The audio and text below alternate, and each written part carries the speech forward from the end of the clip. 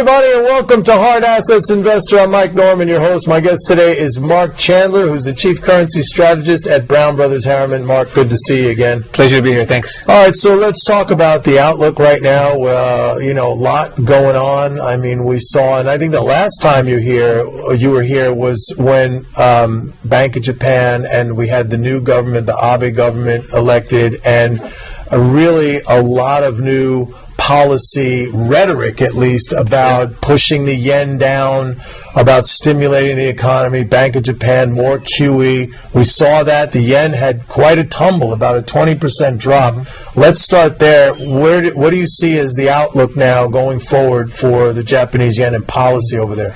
Sure. I sort of stick with my general view, which is that the market has already anticipated and priced in Abenomics, and especially the excessive monetary policy thrust of the Bank of Japan. They're doubling the size of their balance sheet and effectively doubling the maturity, the average maturity. So they're providing a lot of stimulus, monetary stimulus. But I think that's part of the problem. It hasn't worked in the past. Why should it work now? Partly that, and also I think the problem that Japan has is not that money is too expensive. It is true that real interest rates are positive, but slightly positive. But I think the real problem, they think the real problem is deflation. But I think deflation is really a symptom of a bigger problem. And that bigger problem is they have, and this is going to sound kind of ironic, but they have too much money. That's the only way to have interest rates so low for so long and profits so low. What's happening really is that somebody's got to offset the dis-savings of the government sector. It's not the household sector. Japanese households have a savings rate roughly the same as the U.S. The real sector is the corporate sector.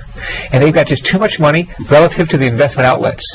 And I think that's the ultimate problem. So that Japan is still pushing on a string. But the government is not really dis-saving. I mean, the Bank of Japan is conducting monetary operations which are effectively like a big asset swap. They're removing Japanese government securities, replacing it with yen reserves, okay? But I mean, the government itself, fiscal policy, the spending of the government hasn't really gone up. And even Abe, when he was elected and he talked about more spending to stimulate, there was a part of that talk which also mentioned caution about deficits and having to bring debt down. So to me, they're still on that same treadmill. They're not going anywhere. I think this is typical LDP politics, LDP policy. Similar to monetary policy, similar to fiscal policy. This time it's just on steroids, but it doesn't solve the underlying problem. There's no real structural reforms being done.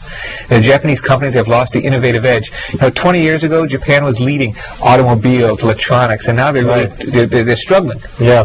What's interesting is that, and you mentioned, now a renewed expansion in the Japanese Bank of Japan's balance sheet.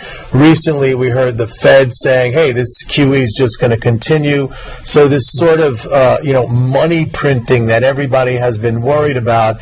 And yet, since you've been here, we saw this big decline in gold prices. So this thesis that we're seeing all this money printing all over the world has not really led to the kind of reaction in gold and commodity prices that a lot of people thought it would. Yeah, not only in those commodity prices, but also just in the rate of inflation.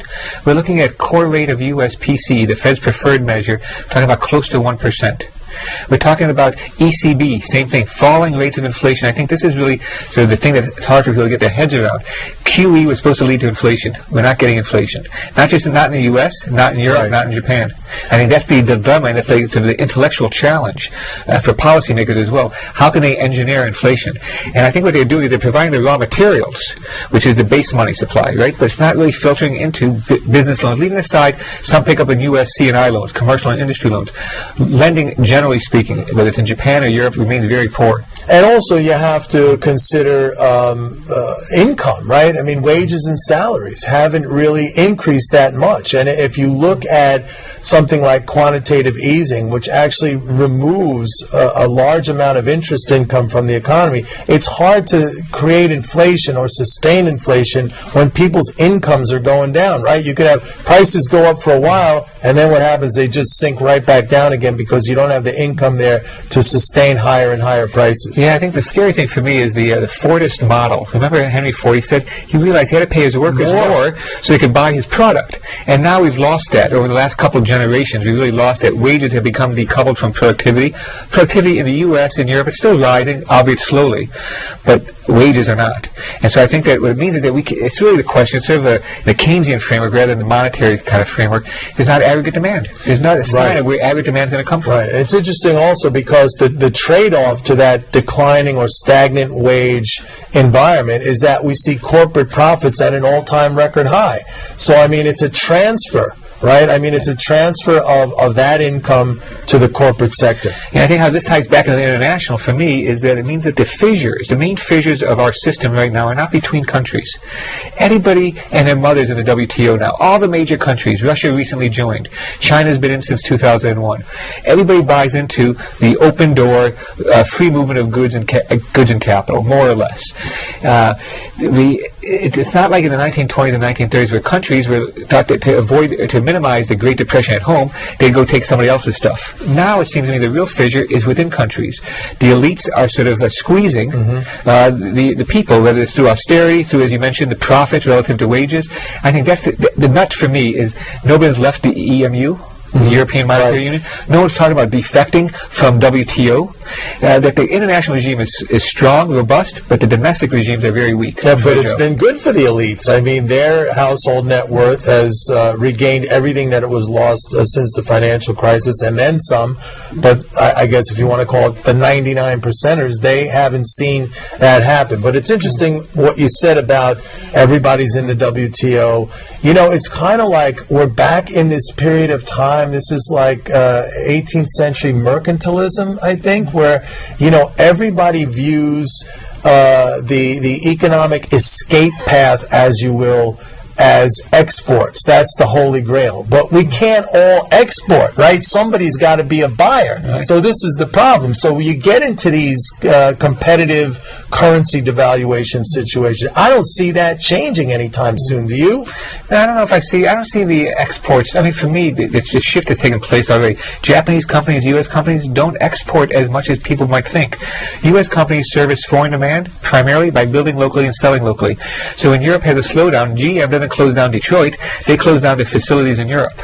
So I think that what will happen, I think, is that the drive for exports, those countries that we think are so good, so strong, like Germany, Finland, Switzerland, China, that exports 40% of what they produce are net borrowing from other people's aggregate demand.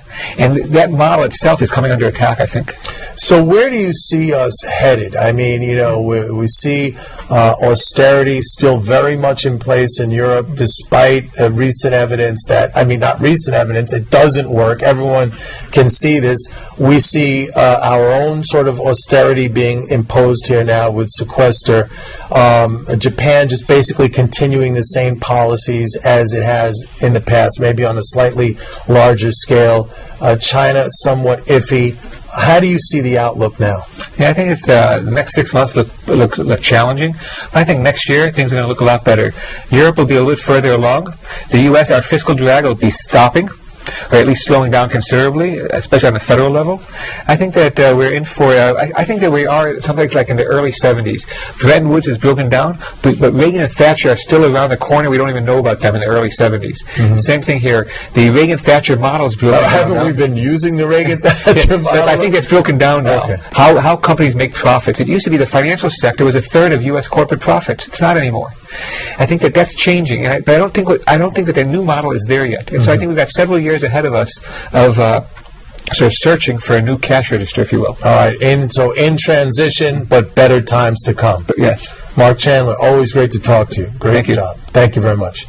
That's it for now, folks. This is Mike Norman saying see you next time. Bye-bye.